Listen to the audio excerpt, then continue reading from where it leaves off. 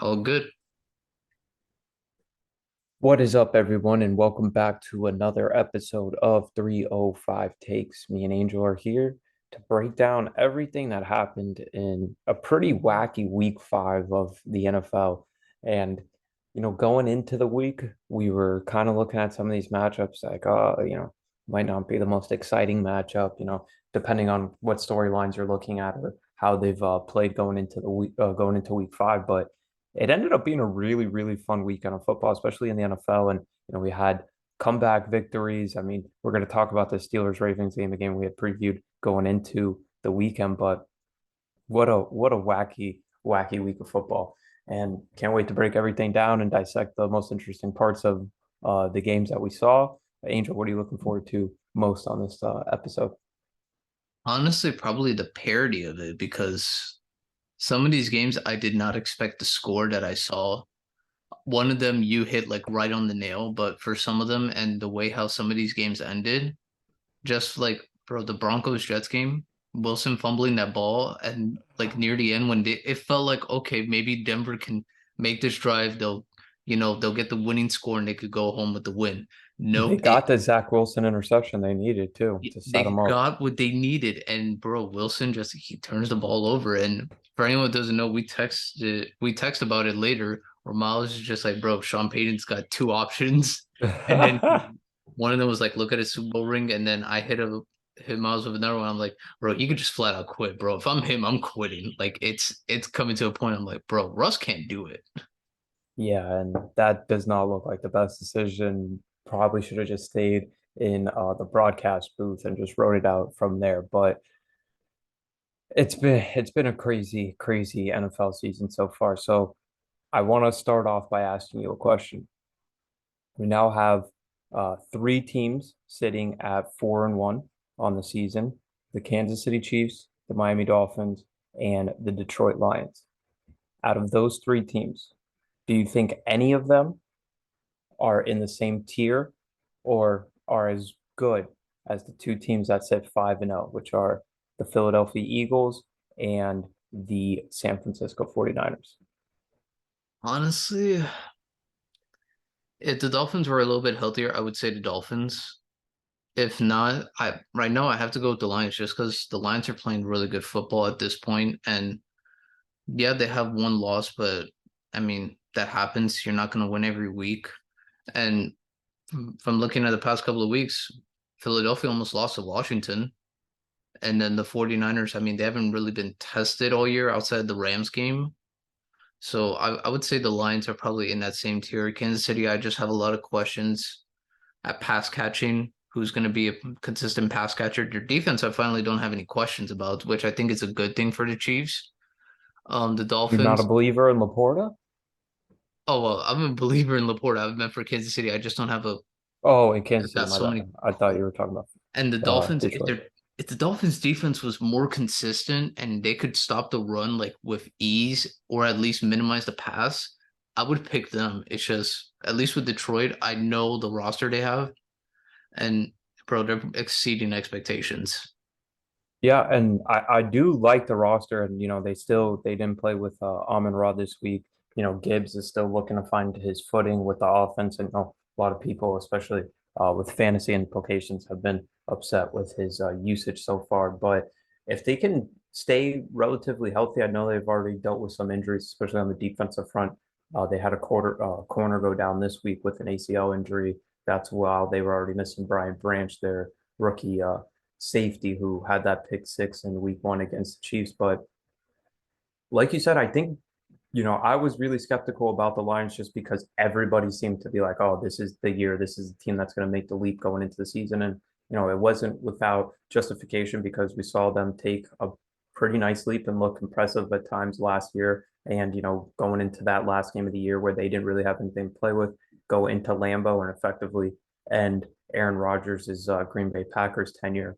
And then this year, first game of the season, they go to Arrowhead and they get a victory, which is super impressive. So I would agree with you. I think the Lions definitely deserve, and I'm not trying to be like hyperbolic or overreacting to what we've seen so far, but I was very impressed with that win in Kansas City. And honestly, their only loss this year is in overtime in Seattle, where they just made, a couple of puzzling decisions, which, if they don't make, they probably can go ahead and claim victory in that one. And we might be looking at an undefeated Lions team. And especially when we are looking at their division, the Vikings have had their fair share of struggles this year, only one victory, and that's before, we even mentioned the Justin Jefferson injury that got reported on today with him looking like he's going to miss at least the 4 weeks on IR with that hamstring injury. The Bears, I don't know what we really make of that Thursday night performance playing a Commanders team coming off an overtime game. And then you have the Packers, who Monday night They don't didn't look look all good. that impressive. Jordan Love hasn't looked good since week one and week two, and you have a little bit of attention, I would say, with that team because you hear Jair Alexander after the game and it says, Yeah, "Looks like he defense wasn't the can't give best up any answer. touchdowns." Which is true. I don't blame him on that. That's tough. That's tough. I, I would say I have no problem with what you said. It was just when you said it, if you said it behind closed doors where there was no media, cool. I have no issues with that. That's just the truth. But knowing that it's out there now, Yeah, like low key, if I'm and the knowing offense, that I'm feeling a certain type of way. and knowing that Jair Alexander's been there the whole time from when they had Rodgers to drafting Jordan Love, seeing the friction between Rodgers and LaFleur, and now they're transitioning, and LaFleur's supposed to be this offensive coach, so I could see that definitely driving a wedge between the team. But I don't know how sold I am on Philadelphia. I might be just a little bit jaded because I absolutely cannot stand the brotherly push rugby play that they do. And I don't understand It's so how it annoying. hasn't been outlawed. Like we've seen it with our own eyes while living. Teams can take advantage or there's things that maybe aren't right. And the NFL is proactive at changing rules all the time. Look at Mhm. how they do it with player fines for celebrating. And then remember, they leaned it back a little bit so that they could actually celebrate. But you see examples like Stephon Diggs, where he goes and tries to do a stone cold and they still fine him 30,000, things Yeah. like that with the roughing the passer. Where you couldn't hit them low, then you couldn't hit them high. Now you can't land the body weight on them as well. Like there's things all the time. Defensive pass interference 2 years ago, we could review that. Now they got rid of it. So it's always things that are changing within the rule book, and I just don't understand what part of that is football. Like there's a quarterback sneak, you run the quarterback sneak, you can still push the quarterback, but to have three people lined up in the backfield whose only job is to push the quarterback forward is not football. I'm sorry, little tangent there. That's my least favorite thing that we have going on in the NFL right now.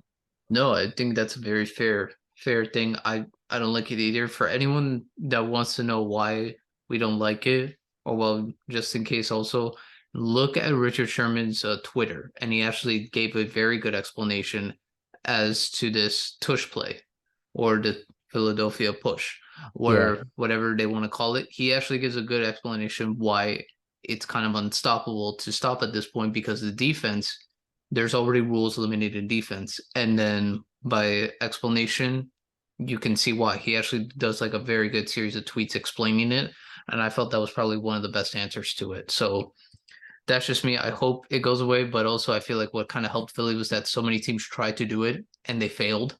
yeah. The Giants had one of the worst attempts I've seen at it against the So Dolphins this that's the weekend. only That thing I was too feel like funny. Philly has backing them up. They're like, hey, We perfected it. we So like you're perfected just it. hating because we're the best at it because you can't stop it. But it's just no one can stop it really. Like for being realistic about it, If you're and playing like Philly, just expect it at that play at least 4 to 5 times a game. they can even put it under like player safety because what are the defensive tackles supposed to do They can't do except anything. go low and hope that every single offensive player isn't landing on top of me. Like there's Yeah, nothing you can do. So nothing. that besides that, I mean, it's just that they haven't really been as dominant as especially when you consider how they ran through the regular season last year. But I feel like they haven't been as dominant, and for as well as their offense performs at sometimes, and for the amount of talent that they have, I do feel like in certain games they get too dependent. So like we saw the first couple of weeks, AJ Brown was upset with his usage in the offense. Then we see these last 2 weeks and he's going crazy. Now Devonta Smith doesn't isn't putting up the same production. Swift's production, goes up and down. We saw last year, even when they had Sanders, you couldn't really know who the RB1 was, whether it was Gainwell and stuff like that. So I mean, I think you can look at that two ways, whether it's okay, they have multiple ways that they can beat you. They don't have to rely on just one playmaker on offense.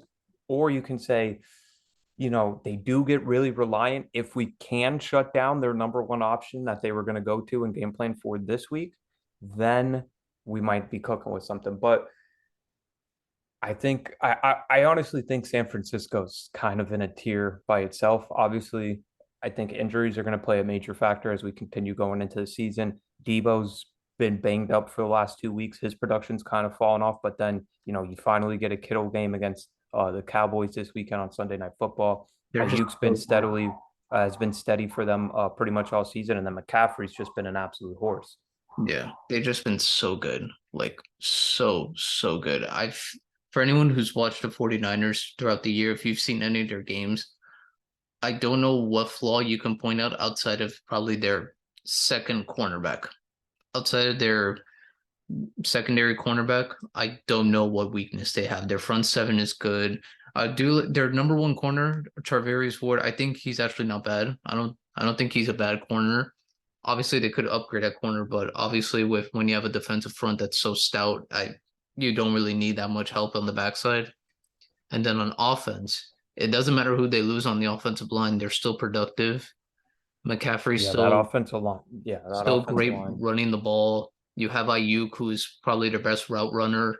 He's getting a lot of targets. You have Kittle, who can block. He can also pass catch.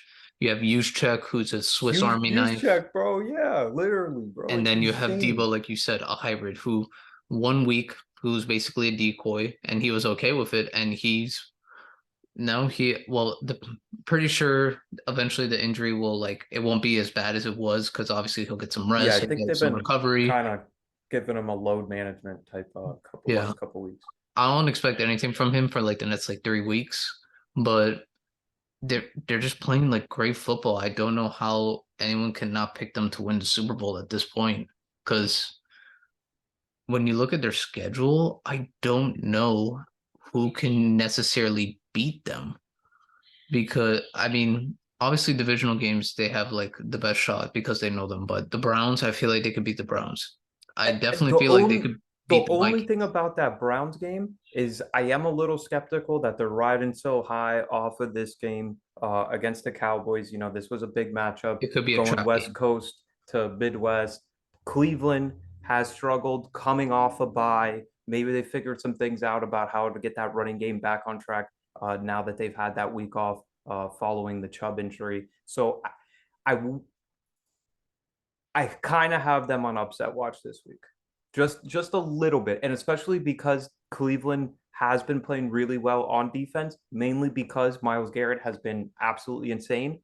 But San Francisco does have the offensive line and what we saw them basically take Micah Parsons completely out of a football game on Sunday. So that can be a thing that happens, but I wouldn't be surprised if this is a letdown week for San Francisco. So yeah, I do agree with you. I think that there are that their schedule does really look favorable for them. Obviously the NFC West has some of those matchups where it's kind of like, okay, what are we going to get here? They're going to play the Cardinals twice, so I think we are all going to chalk that up to a W. But that Seahawks game, especially when you have to go to the 12th man, and Mhm. then the Rams have been super, super frisky Yeah. and they always play San Francisco tight. McVay and Shanahan go way back, so Yeah, that's always going that's to an be upset competitive. watch right there. Them in Seattle. I think Seattle has a very good shot. The one team I had them on upset alert just for the fact that I really like what I saw this weekend. I think the Bengals have a shot. I feel like they do. If Yeah, Joe and Burrow is playing like he did this past weekend, I don't see why not the Bengals can't go there and win. I think that that's one of my favorite games for this week coming up because last time we saw Seattle was that impressive Monday night win against the Giants. I mean, I think this is going to be a fun matchup too because Higgins should be back for the Bengals. Chase, obviously said he's 7-Eleven, always open, backed up his comments that he made after he had been struggling the first 3 weeks of the season. But we saw Weatherspoon get that huge pick six in that Monday night game for Seattle, and we saw what Tyreek Woolen did last year for them. So I think that's going to be fun on the outside. Seattle's pretty healthy across the board. They got why am I drawing a blank on his name? Adams, Jamal Adams back, and we saw how he went out after finally returning. So I think that they have a little bit of a Swiss Army knife that they can use and try to, especially if they use him as a rusher and really try to test out. Okay, bro, you looked healthy against Arizona. We saw you scrambling around, but are you willing to put full faith into that calf and actually get outside of the pocket and make plays? So I think that's going to be a real fun matchup, especially when you consider if Seattle gets the ball, they're not afraid to just pound the rock. We've seen it with Pete Carroll is one of the reasons that Russell Wilson got frustrated is because there was let Russ cook, but Pete Carroll's like, hey, we're gonna run this ball down your throat and see if you guys are gonna tap out at the end. Yeah, I can't even argue with that. So it's definitely something to see because I feel like Seattle has a very good shot of winning this game. I really do. I understand they're in Cincinnati, but this is definitely the last time they were at Cincinnati. They won the game, but barely against the Rams team. Like you said, the frisky team. So I'll definitely see how it was for them. But overall, I mean, I do feel like we also have to talk about one game in general, just because it was so kind of like not what we expected. It had to be the Sunday night game, bro, because I was expecting like a touchdown to like maybe a field goal game. I did not expect the 49ers to basically manhandle Dallas that bad. I didn't expect that. I thought Yeah, Dallas would I put and them way more of a fight. we were talking about it, and I thought that Dallas was gonna approach this game kind of like a Super Bowl mentality, where like this might be our biggest game on the schedule, and especially, and they have had the weirdest season that I can really remember because it's you see their backups every fourth quarter because they're either blowing teams out or they're getting blown out. Like it's been a really weird, and then they lose to the Cardinals. Like that's their only other loss outside of this embarrassing loss to the 49ers. And I've never seen a impact defensive player really get taken out like that because Parsons like was completely ineffective. And I was worried about them going in, especially because you have the Diggs injury and then they lose Leighton Vander Esch too. So and with the way that Dak played, I'm curious to see how the rest of their season plays out because I mean, I don't personally have a problem with Dak. I mean, I always kind of stood up for him, but the way he plays in some of these big games are very, very concerning. And I just don't think and for the life of me, I still don't understand why Amari Cooper is not their wide receiver too. Because I get it. San Francisco was going to do everything to limit CD Lamb. We had talked about it on the podcast, considering his big game. This is why you want a really good wide receiver too. And if Amari Cooper is your wide receiver too, you are living lavish, like living lavish. I get that you want to try these trick plays with Gallup and the ghost of Brandon Cooks and Turpin. I get it. Turpin's a really good, fun gadget player to have, and he caught that touchdown. But when you have CD Lamb, Amari Cooper, like that's a 1-2 punch right there. Yeah, no, you have a very good shot, and I I would even question Dallas like, okay, if you missed Amari Cooper and you got Brandon Cooks to replace him, why don't you have more plays for Brandon Cooks? That's just my thing, because like they're just simply not using him or targeting him. So, I mean, I don't even know if I could blame Dak too much because I feel like Mike McCarthy, bro, the Yeah, play the calling, whole type of play calling it's was so weird. totally out of whack. Like he clearly wanted to prove that they could pass the ball on San Francisco. And then even going out of halftime when they were like, "Oh, what'd you tell your team? Like, are they still out of?" He's like, "Oh, we just have to establish the run game." I leaned too heavy as a play caller towards passing.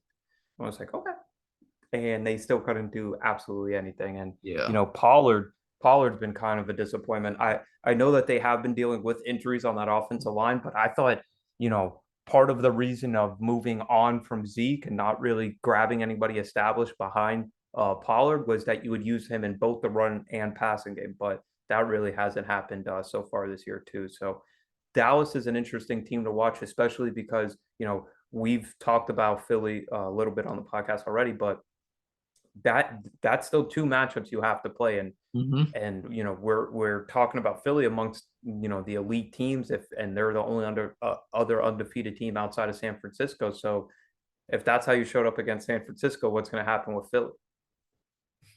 No, it's true. I even feel like the Rams can beat the Cowboys. I feel like they can. The Lions, I wouldn't doubt the Lions. And then, bro, just from in terms of like the Cowboys point, I would really like now have them question it's like, all right, did you make the right decision by letting Kellen Moore go?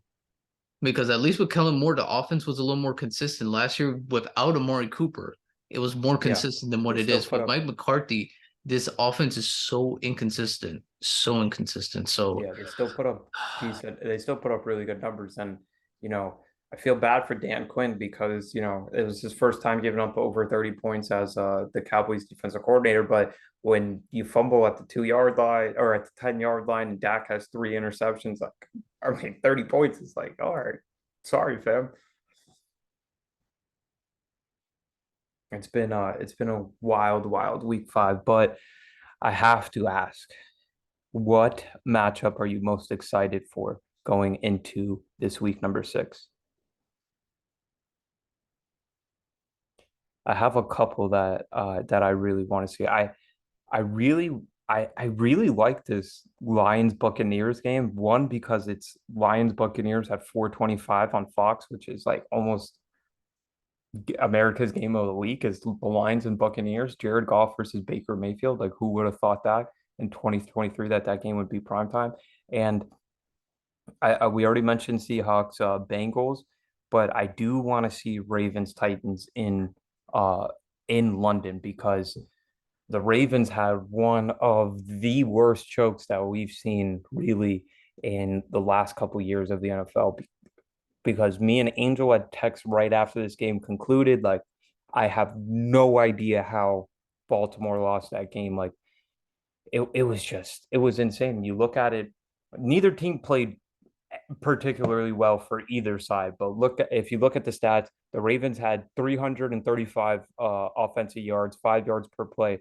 The Pittsburgh Steelers, the team that won the game, had 289 offensive yards and won a football game. Both teams, one touchdown apiece. The Ravens, though, this is where you win and lose games. Ravens, three total turnovers. They fumbled the ball 4 times, only lost two of them, and then Lamar threw just one of the worst and ill-timed interceptions that you will see throughout an NFL season. And Kenny Pickett made the one throw he had to with Pickens running down, and that's the basically the only ball game offensive right play there. that was good, the only Yeah, offensive play that was it good. was the only throw he had to make in the game. Like, if he was like, all right, the game comes down to can I make this throw, and he made the throw. And that's why I'm intrigued by this game coming up this week because we had talked about the Steelers Ravens game before it happened on Friday when we recorded the podcast, and I was mentioning that Baltimore has been in a really intriguing position. They lose to the Colts at home, which is and with Gardner Minshew at quarterback, but then they have some other impressive wins on their resume, especially when you consider that they were on the road against the Browns. Um, I thought they had a real shot about and going into this one on the road against Pittsburgh as well, and they beat the Bengals on the road as well. But it's like, what exactly is different about this team than we've seen the last 3 years, other than some of the names? I know that they brought in a new offensive coordinator, and they drafted Zay Flowers, and I think he's been putting It's up been solid good. production for a first round wide receiver. I don't think there's anything that you can really take away from him at this point, but I still feel like Lamar doesn't have any help. And even though I'm not making excuses for him, and that interception was unexcusable, but there were a lot of drops in this game. And it still feels like we're in that same position where Lamar has to make every play in order for them to win. Yeah, no, it's true. I mean, I'm not gonna blame Lamar fully because to have that many drops in one game as a team, I think is insane. Insane. Yeah. So I can't blame him too much because Nelson Aguilar, that I don't feel like anyone should be surprised at that. He has a history of doing it. Zay Flowers dropping one, that was pretty big. Mark Andrews dropping a touchdown. That was big. So there was a lot of plays that could have happened. I just feel like what happened with the Ravens this week, and it kind of like how you said, and I thought it would stop this year. It's just the injuries, man. They have so many injuries, and it's like, man, Year after year after year. if you don't have these injuries, I feel like you could at least win this game because you probably have J.K. Dobbins back there. That's so you don't have to rely on the passing game that much. You could do a lot of run plays with Dobbins, or um, maybe you could do quarterback fakes with who has the football in their hand. So I feel like that's what happened to them. I would like to see what happens going into their game against the Titans, but a game for me, I just feel like just now with the unknowing of it, I want to see the Vikings Bears game because with Justin Jefferson out, I do want to see how Jordan Addison steps up. Does KJ Osborne step up? Does Alexander do any of the Vikings players outside of Kirk Cousins step up? Because Justin is essentially the first part of their offense. What's the first option? Justin. The second option, TJ, and then anyone else. And the interesting thing to me is, well, I'm going to read his tweet verbatim. Um, Adam Schefter put this out after the news about Justin Jefferson broke, and he said, because the Vikings are in an interesting situation here. And here's what Adam Schefter put out this morning. Here's the unspoken issue that could potentially lengthen Justin Jefferson's absence. If the Vikings don't win games and stay competitive, what is Jefferson's incentive to rush back when he did not land the contract that he wanted? His absence could last longer than expected. Which, I mean, that is a great point by Adam, and I'm glad he pointed it out because I didn't consider it initially when I saw the injury news. I thought, okay, let's see how he is in 4 weeks, blah blah blah. They'll go from there. But this is a really interesting uh, dilemma for the Vikings because I think if they don't win without him, I think there's real reason for Jefferson to not return this season. And, you know, They probably then the sit out the Vikings rest of are the in a year. really interesting position because Kirk's going to be a free agent at the end of the year. Jefferson clearly wants a new contract. They have like absolutely zero difference makers on defense. All they do is blitz the entire game because they're just like, all right, we're going to create some type of havoc. Like, let's see if the other quarterback can figure it out. And I mean, they're like one loss away from like, we have to consider tearing this whole thing down and starting from scratch. Yeah, no, it's quite insane. So I do want to see how that game goes, and then this could be, like you said, this could be eye-opening for the Vikings. If they don't win, they're like, all right, do we just like blow it up after this season and then try to see what we can get in the draft and go into free agency? It's like, all right, we know we need to fix a lot of things here because clearly outside of Justin, TJ Hawkinson, we need to fix up a lot of stuff. We need a certain guy, a quarterback. We need a better offensive line in general. Defensive line, they can't get any, they can't rush the passer. The linebackers, they're not as what they used to be. The secondary, they get beat pretty often. So it's definitely a lot of things that they have to replace. So that's why I'm so curious on that game. And then the Bears, this could be another opportunity for the Bears to win the game. And who knows for anyone who has Justin or DJ Moore or any of the Bears players, the way their offense has looked the past 2 weeks, I don't see why they can't have another showcase again against the Vikings. I don't see why not.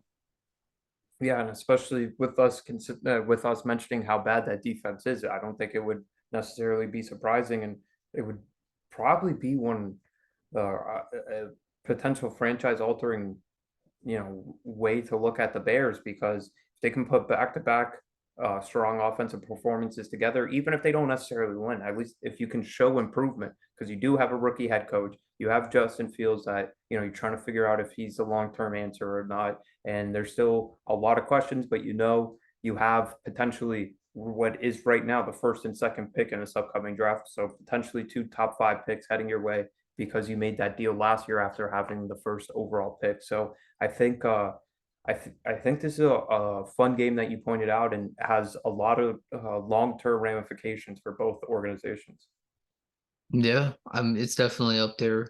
I do know we will talk more about those matchups on week 6 for our upcoming podcast later on this week. But guys, we also do want to talk a little bit about fantasy because fantasy, there is a lot of moving parts to it, as you all know. And The league me and Miles are in, there's definitely a changing in terms of the stands. Now, there's only one undefeated team, and that's JP. And me and Miles talked about JP. We feel like he has the best team. Like I don't think it's kind of a doubt. But Miles is Yeah, right behind him. Miles and Nick are 4-1 each. So they're right there. If JP like has a fall this week and Miles and Nick win, we have a three-way tie for first. yeah, but the only thing is that I'm 4-1. Nick is 4-1. I have 707 points for. Nick has 626. JP's sitting at 779. Bro, That that's boy is snapping so far. I I- mean, I- it's it's it's the Puka unbelievable. edition, man. Anybody that's sitting on that with that Puka edition has been living large this season in He fantasy. also had Has been Zach Moss this unbelievable. past week, who went crazy. Brees Hall had a great game. Tyreek Zach Moss Hill, went unbelievable. crazy even with the Jordan not Jordan Jonathan Taylor Yeah, so return. I mean, I don't know any mistake that he did outside of like I think he traded the right running back. He traded Joe Mixon for Puka, and it's worked out. It's worked out perfectly for him. Yeah, yeah. I can't even fault him. I was like that's just a great move. I can't say anything, and so it's definitely something, and we're all trying to catch up because then there's a 2-way tie for third, which well for fourth with me and Ed. Then we have one, two, three, four, five teams at 2 and 3, one team at 1 and 4, and then one team at 0 and 5. So it's definitely there's still a lot to be played. There's a lot of games to be played, a lot of weeks. So definitely things can shake up. So I am very curious to see how it goes out throughout the rest of the fantasy year because man, it's definitely there. But I think we do have to talk about the biggest elephant in the room, and I'm sorry to bring up his name. It's just we talked about it earlier. Our good friend of the show, Moises, bro, I don't know what it is, bro, but Miles said in this league, like Moises just has bad luck. And for anyone who doesn't know, we're gonna tell you right now. Today they announced the Justin Jefferson injury and Devon Achane. He has both of those players. So essentially, he lost a running back and a wide receiver, and now, I mean, he still has a good team. He has Dobbs at quarterback, who's been playing well. Pacheco, who's had a very like great stretch of games. Do Olave, a love good Pacheco. receiver. T.J. And Olave's been Hawkinson. coming on strong the last couple of weeks too. Yep. You have T.J. Hawkinson, great wide receiver. Devontae Smith, that's his productions have been Very very boomer bust. Yeah. yeah. Wandell Robinson, the Colts defense has been better. He does have a great kicker in the one from the Texans, Yeah, Fairburn. Fairburn. Yeah. Yeah. But then, like Miles said, he still has Godwin, Charbonnet, Jared Goff, Dalton Kincaid, Spears in his bench. So he still has a good team, but man, just to lose your best player, the first overall pick in the draft, that hurts. It really And hurts any fantasy HN, team. who's been putting up crazy numbers. Crazy numbers. He's So number three running back right now, averaging 25.4 points uh, for the insane. season. So that's two big losses for him this week. And I'm sure he's not feeling great anyways because he already had to play JP this week and lost by JP almost put on a 200 clinic. points. Lost by Yeah. almost 200 points. That it's tough though, but it comes with fantasy because some weeks you can feel like the absolute man, and then some weeks you suffer a loss and you're like, all right, I Yeah. can't look at this team anymore. I have to switch up the vibes. I wouldn't even be mad. I'll be like, I faced JP when the Dolphins scored 70 points. He had Tyreek Hill and Raheem Mostert. I basically knew the game was over. And I was like, Yeah. well, he's going to score like 900 points and I'll have like 120. So I don't know how I win. Yeah, it happens to the best of us. I had Christian McCaffrey give me 45 points in a game once and still lost. So I mean, it happens. That's luck. Luck is a part of it. And right now, it's going to be interesting to see because who knows? Some teams could look great now, but next thing you know, when it comes playoff time, they might be scared because their team might be in shambles. They're just not giving them production that they were at the beginning of the year, which happens. That happens to everyone. But And I'm it's definitely curious. just like just like in Moises's instance, injuries can happen to any of the players. It's a very, very violent game and full grown men at peak athleticism running full speed into each other is going to cause some people to be injured. And bro, The thing that for the life of me, I just can't imagine how it feels is when they get rolled up on when they're blocking and, one of these big offensive linemen or defense linemen is just rolling up on their leg and full body weight. Bro, if that happened to me, first off, they're sending me out in an ambulance. And then as soon as we get to the hospital, doctor's gonna be like, yo, we might have to amputate this leg, bro. I would be busted up, bro. So, I feel for all the guys, and it could happen to us. I could lose my wide receiver one, and it could even happen closer to the playoffs. So it's always part of the game. But that's what makes for me that's what makes fantasy fun because you never know exactly Don't know. when your guys are gonna be healthy, who's gonna get banged up even a little bit. They miss one game, and now both your wide receiver one has an injury, your wide receiver two's on a bye, and you're like, all right, now I don't know what to do. Yep, it happens, but uh, it is what it is. But guys, we're gonna let you go. We know this is a quick version of the podcast, but we will be back later on this week to talk more about week 6, and we'll see you guys then. Peace.